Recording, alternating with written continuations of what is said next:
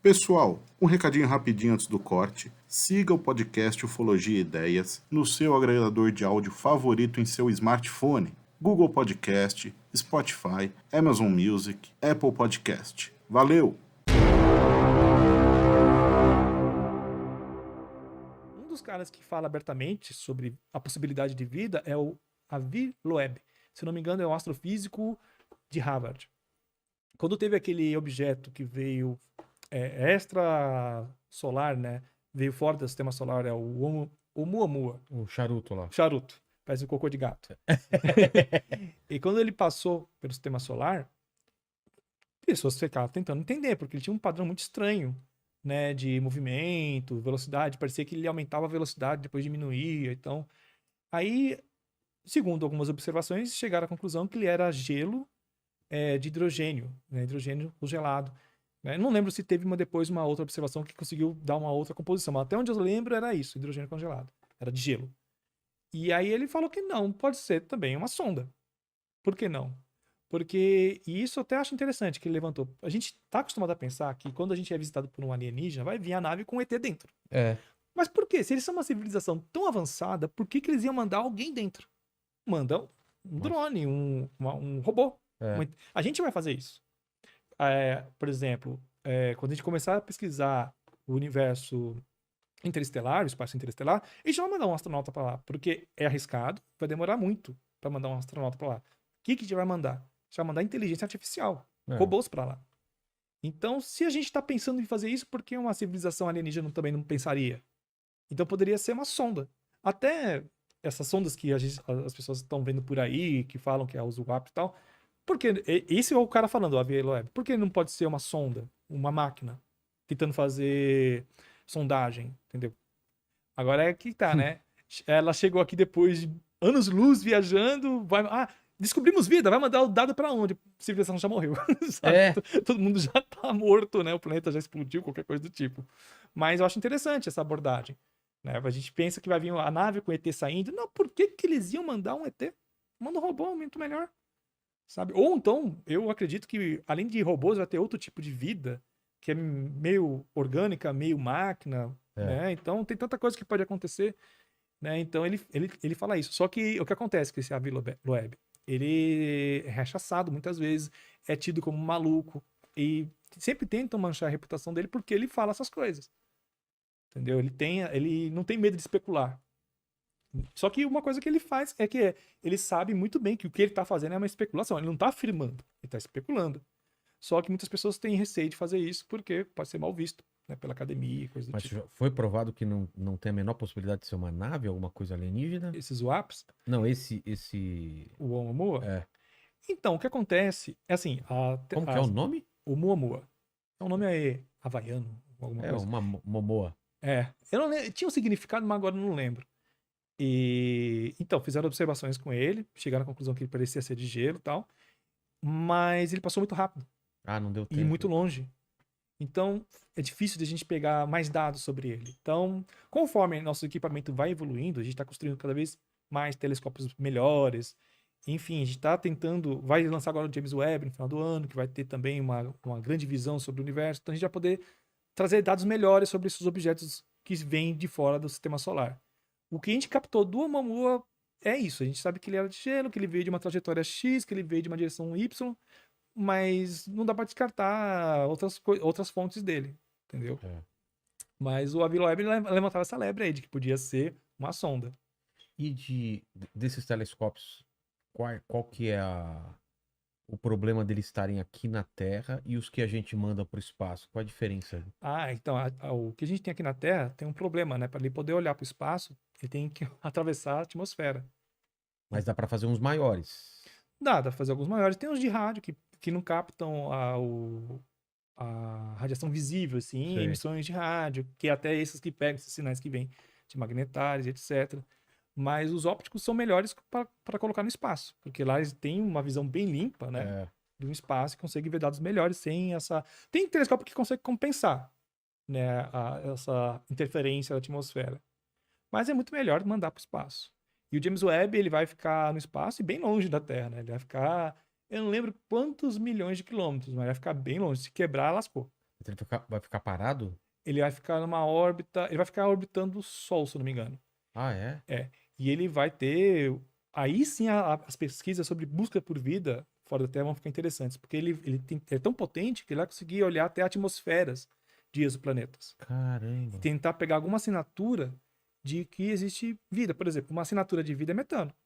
A gente come, solta metano, né? Então, É o peido? o peido, né? Então, e não só o peido, várias outras coisas que a vida faz e deixa assinatura na atmosfera. Então ele vai poder fazer isso.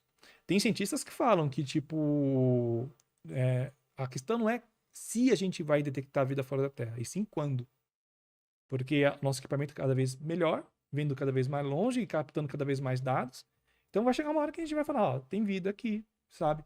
Agora a questão é, eu acho que a maior parte da vida que se a gente chegar a detectar é microbiana, porque se É. fosse alguma, próximo, relativamente próximo, se fosse tecnológica, a gente já teria detectado, por conta das emissões de rádio. Tem esse papo de Vênus, né? Na atmosfera de Vênus. Sim, podia ter. Foi descartado recentemente. Ah, já foi? Foi descartado. Que, tipo, foi em 2019, se não me engano, fizeram um estudo onde acharam uma assinatura, né, química que só poderia ser feita por alguma coisa viva, né? Alguma coisa viva. Só que depois descobriram que foi um erro na captação dos dados, que não era. Aí Caramba. descartaram. Aí tem um estudo mais recente ainda falando que Vênus nunca foi palco para a vida. Não tinha como ele ser palco para a vida, porque ele sempre foi muito quente. Então, como a gente sabe que a vida que a gente conhece precisa de água para acontecer, como é que vai existir se um planeta ser pequeno e evaporando a água? Aí eliminaram as possibilidades de um dia ter existido vida em Vênus. Pode ser que em Marte tenha tido no passado. E aí a gente está investigando. Os robôs que estão lá, né? Eles pousam em locais onde existiam água. Por exemplo, o Perseverance, ele está no lugar onde era um rio. E rio pode ter deixado ali alguma vida que existiu naquele rio, pode ter deixado algum resíduo ali, alguma assinatura de uma vida que existiu algum tempo atrás em Marte. Porque se acredita que Marte, no passado, ele era bem parecido com a Terra em algumas coisas. Ele tinha ali uma atmosfera, tinha vegetação, só que como ele é muito pequeno e não tem muita gravidade, então ele foi perdendo a atmosfera com o tempo. Não segurou. Não segurou. Tanto é que até falam, né, de terraformar Marte. De gente um dia mandar um monte de nave para lá e conseguir usar o gelo que tem lá para tentar criar uma atmosfera e tentar manter. Explodir. Só que não dá, porque ele não, como é que vai prender lá? Ele vai mandar para o espaço de novo. Então, tem gente que tenta levar adiante essa ideia da terraformação de Marte e tem gente que fala, não, é perda de tempo. Primeiro que vai demorar muito para você criar uma atmosfera em Marte. O ideal seria criar cúpulas, você viver debaixo da Terra lá em Marte e tentar não, tipo, fazer uma civilização lá, mas lá ser um lugar mais, assim, estratégico. Vamos mandar uma missão para alguma lua de Júpiter, então usar Marte como ponte e fazer um lançamento de lá, entendeu? Mas terraformar Marte é complicado por conta que ele não tem muita massa e por conta de não ter muita massa, ele não consegue prender as coisas, segurar as coisas ali. Então a atmosfera vai embora. Mas pode ser que há muito tempo atrás ele tinha uma atmosfera inicial e antes dela se perder, a vida prosperou lá. Então é isso que os cientistas estão tentando procurar. Ou pode ser lá que lá tem condições que a gente não imagina que a vida pode sobreviver, ou um tipo de vida que a gente ainda não conhece. Também não pode descartar. Tem a ver também com o polo magnético também, de segurar a atmosfera, radiação. Exatamente. Por exemplo, se não me engano, o núcleo de Marte é um núcleo morto. Então ele não tem um campo magnético que protege ele da radiação solar, né? Então, se a gente for para Marte, a gente vai pegar câncer, porque a radiação pega direto na superfície. Caramba. Entendeu? Então Marte é um lugar totalmente difícil da vida existir. Tanto é que eu sempre falo que eu acho muito mais interessante a lua Titã, né?